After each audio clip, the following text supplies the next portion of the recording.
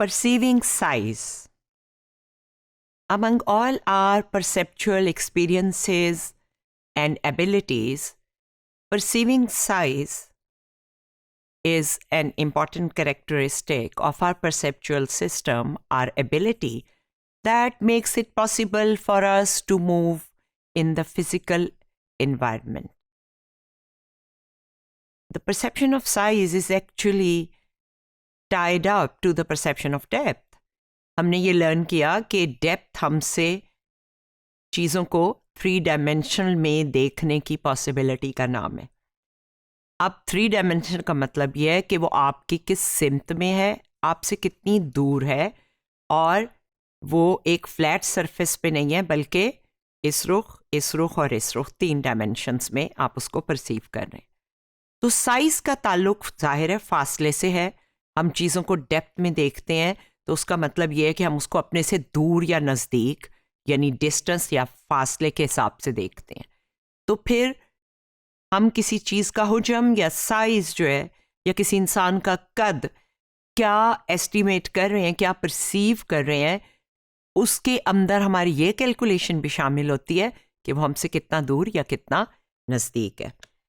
अब क्योंकि परसेप्शन वो है जो हम एक्सपीरियंस करते हैं और एक्चुअल जो हुजम है या जो एक्चुअल डिस्टेंस है वो उसकी फ़िज़िकल प्रॉपर्टी है, और जो हम महसूस करते हैं वो हमारी परसेप्शन है. तो इस पे जो बहुत से एक्सपेरिमेंट्स हुए हुए हैं उनमें पहली इंपॉर्टेंट चीज़ ये है कि जो परसेप्शन ऑफ साइज़ है उससे परसेप्शन ऑफ डेप्थ जो है वो अफेक्ट होती है, इन्फ्लुएंस होती है, उस पर असरअंदाज होती है.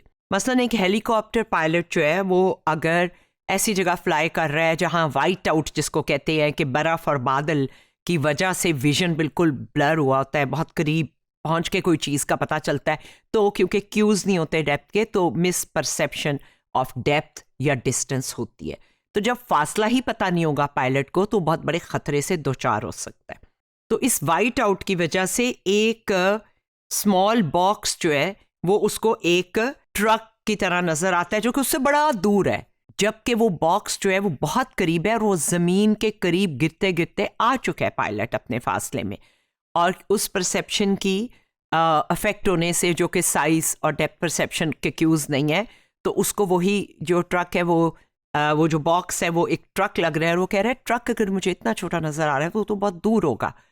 सो ये दोनों एक दूसरे को अफेक्ट करते हैं. एक बड़ा मशहूर एक्सपेरिमेंट है हॉलवे और बोरिंग का.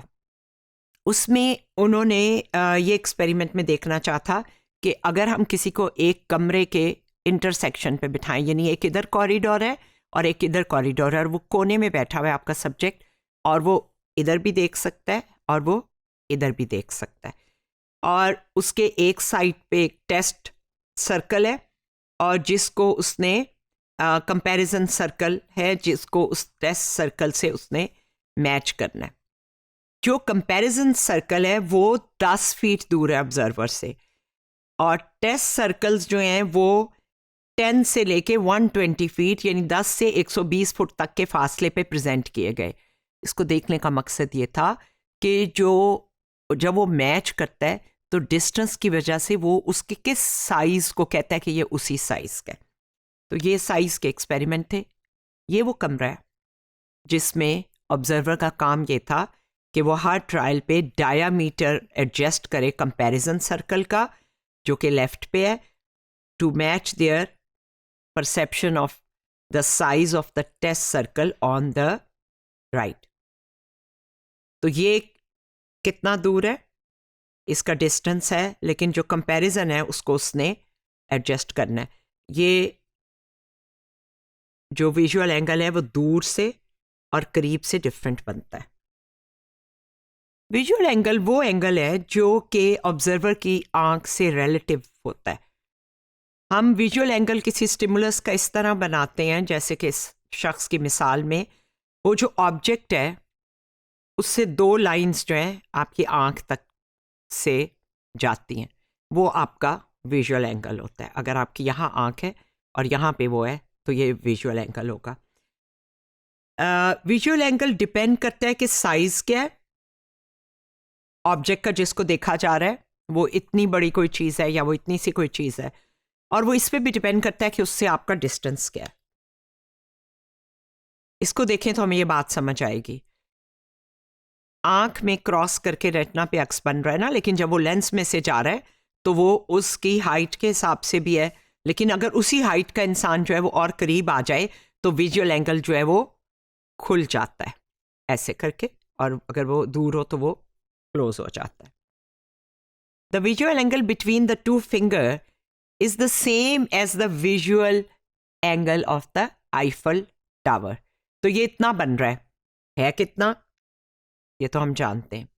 अगर वो एक्चुअल डायामीटर से एडजस्ट करते तो ये जो डैश लाइन है ये होता, जिस लाइन पे को हमने विजुअल एंगल मार्क किया हुआ है ये वो रिजल्ट है। ये तब एक्सपेक्ट होता अगर वो कंपैरिजन सर्कल को एडजस्ट करते visual angle of each test circle के हिसाब से। तो आप ये देख रहे हैं कि एक्चुअल फिजिकल साइज क्या है, उसको क्या नज़र आ रहा है, तो जब वो मैच करता है तो वो उससे कितना डिफरेंट या कितना हट के मैच कर रहा है। ये जो चांद है, ये जब चांद ग्रहण या एक्लिप्स लगता है तो चांद की जो डिस्क है वो सूरज को पूरा कवर कर लेती है, क्योंकि उनका विजुअल एंगल एक है। हालांकि चांद और सूरज के साइज में फर्क है, लेकिन उनका जो विजुअल एंगल आंख में बनता है वो एक है। इसीलिए हमें इस तरह नजर आता है कि चांद की डिस्क ने सूरज को कवर किया हुआ है। वजह क्या है? चांद छोटा है लेकिन हमसे करीब है, सूरज बड़ा है लेकिन वो हमसे बहुत दूर है।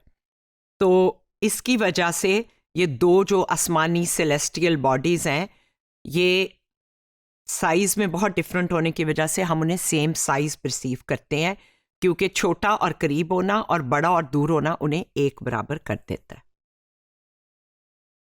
हम जब ऊपर किसी एरोप्लेन से चीज़ों को देखते हैं तो बहुत छोटी नज़र आती हैं, तो क्योंकि हम डिस्टेंस एक्यूरेटली एस्टिमेट नहीं कर सकते कि हम ज़मीन से कितना ऊपर उड़ रहे हैं जहाज़ में, तो हम ऑब्जेक्ट्स की जो विजुअल एंगल है उसके हिसाब से उनका साइज परसीव करते हैं, जानते हुए कि ज़मीन पे ट्रक है हम उसको छोटी सी चूंटी के बराबर समझते हैं। तो हमारा साइज की परसेप्शन का हमारी डेप्थ की परसेप्शन से एक लिंक है। गुड डेप्थ परसेप्शन से हमारी बेहतर साइज की परसेप्शन होती है, ज़्यादा एक्यूरेट होती है। हमारी साइज की जो परसेप्शन है वो हमेशा दुरुस्त नहीं होती, लेकिन ये इतनी एक ठीक होती है कि साइकोलॉजिस्ट ने एक कॉन्सेप्ट जो है वो दिया है जिसे साइज कॉन्स्टेंसी कहते हैं। साइज कॉन्स्टेंसी का असूल ये है कि मैं अपनी क्लास से आपके सामने अगर 3 फुट दूर खड़ी हूँ और उन्हें कहूँ कि मेरे कद का अंदाज़ा लगाओ, तो वो जो भी अंदाज़ा लगाएंगे 5 फुट 2 इंच 3 इंच, वो उसके बाद मैं 6 फुट दूर चली जाऊँ और फिर यही बात कहूँ तो वो तब भी यही अंदाज़ा लगाएंगे हाइट का।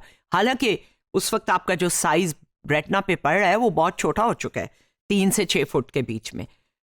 तो अगर आपने इसका तजर्बा करना है तो साइज को एक डिस्टेंस पे परसीव करने के लिए आप एक अपनी उंगलियों के बीच में सिक्का पकड़ेंगे और एक सिक्के को अपने से 1 फुट दूर और एक को अब पूरा 1 बाजू दूर जो है वो करें, और उनको दोनों आंखों से खोल के भी देखें और एक आंख बंद करके भी इस सिक्के को देखें। तो आपको अंदाज़ा होगा कि एक आंख बंद करने से जो परसेप्शन ऑफ साइज है वो बदल रही है, क्योंकि जो डेप्थ की इंफॉर्मेशन है वो 2 आंखों से मिल के आपको डेप्थ का अंदाज़ा देती है। तो जब आप एक आंख बंद कर लेते हैं तो वही सिक्के जो आप यहाँ और यहाँ पर पकड़े हुए हैं वो आपको सही साइज दे रहे थे जब दोनों आंखों से देख रहे थे।